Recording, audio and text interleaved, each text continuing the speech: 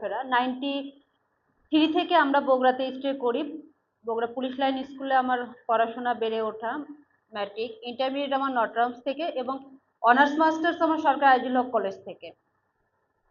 আমি ক্লাস 8 থেকে আমি ডাটাবেজের সাথে সম্পৃক্ত। মূলত সোশ্যাল ওয়ার্কারটাই আমার নেশা হয়ে দাঁড়িয়েছিল, বিভিন্ন সার্ভের সাথে কাজ করতে, যার প্রেক্ষিতে আমি 2বার প্রাইমারি স্কুলের ভাইবা দেওয়ার পরও আমি সরকারি চাকরিতে যাইনি বা বিসিএস বা বিপিএড এর দিকেও হই নাই।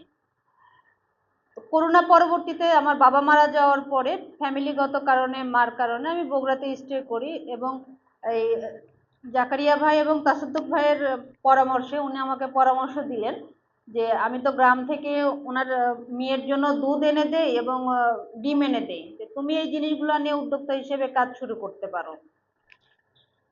ওনার পরামর্শে আমি মাত্র 3000 টাকা নিয়ে অ্যাসেটটা শুরু করি।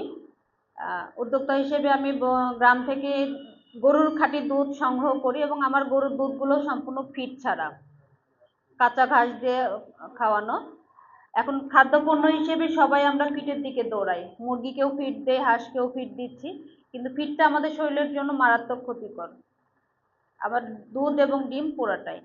এর শুরুতেই আমি ঢাকায় 2টা জায়গাতে আমি দেশি মুরগি, হাঁস, কবুতর প্রসিডিউর করে বগুড়া থেকে সাপ্লাই দিই এবং সপ্তাহে 1000 পিস করে দেশি মুরগির ডিম যায়।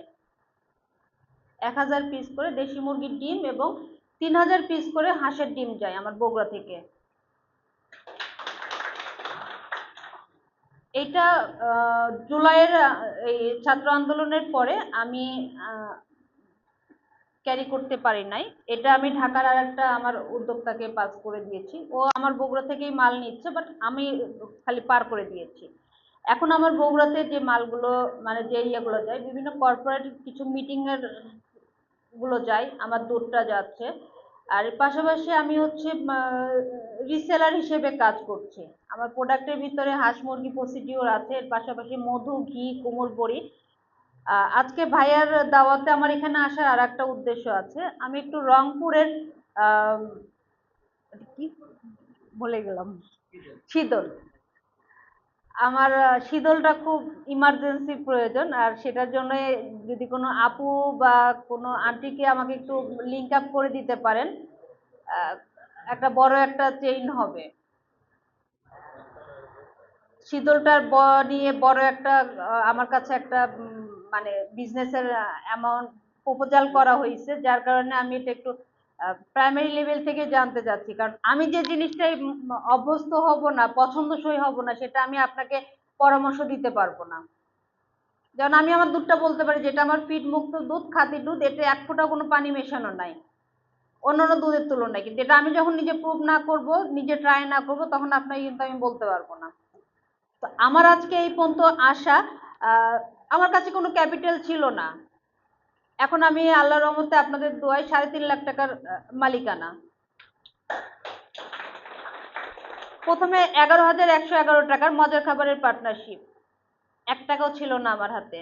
আমি মজার খাবারে এই দুধ দিচ্ছি, মুরগি দিচ্ছি, ক্ষুদ্র ক্ষুদ্র যে বিলগুলো, সপ্তাহের বিলগুলো, আমি কিছু নিয়েছি কিছু নেইনি, জমা করে আজকে আমার 11,000 টাকার পার্টনারশিপ। এরপরে 22,222 টাকা।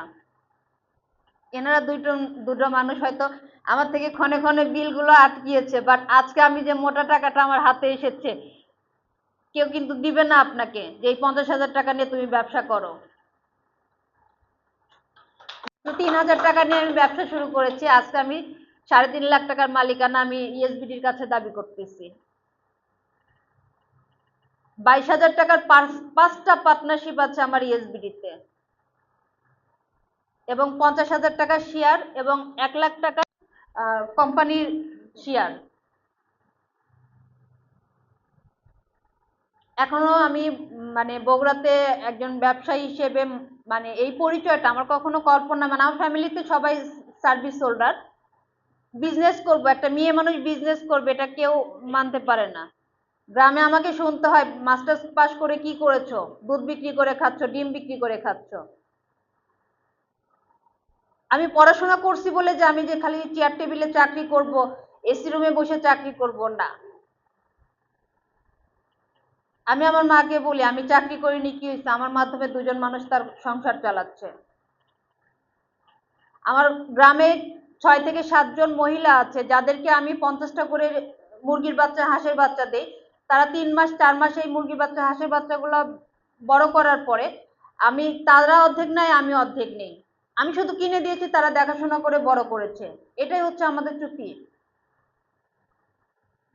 অথচ আমি যদি একা চাইতাম পারতাম না, আমার ঘর করতে হতো, আমাকে খাবার ম্যানেজমেন্ট করতে হতো, বিক্রির চিন্তা করতে হতো।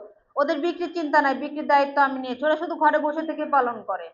তাহলে আমার মাধ্যমে যে 7টা মহিলা তার ফ্যামিলিতে কিন্তু একটা কন্ট্রিবিউট পাচ্ছে। আমি যে হাঁস মুরগিগুলো প্রসিডিউর করি এটার জন্য আমার 2টা মহিলা পার্মানেন্ট আছে, তাকে মাসে আমার 3000 করে আমার স্যালারি দেওয়া। আজকে হয়তো আমি এসি রুমে বসে কাজ করতেছি না, কিন্তু আমার মাধ্যমে এই 7 জন মহিলা, দুজন মহিলার তার ফ্যামিলিকে তারা সহযোগিতা করতেছে। তো আজকের এই অনুষ্ঠানের মাধ্যমে আপনারা আমার জন্য দোয়া করবেন, আমি যেন আমার নিজের পরিবার থেকে নিয়ে আমি নিজে যেভাবে দাঁড়াই আছি এরকম আরো 2 4 10টা পরিবারকে আমি দাঁড় করাতে পারি। ধন্যবাদ জাকারিয়া ভাইকে সুযোগ করে দেওয়ার জন্য।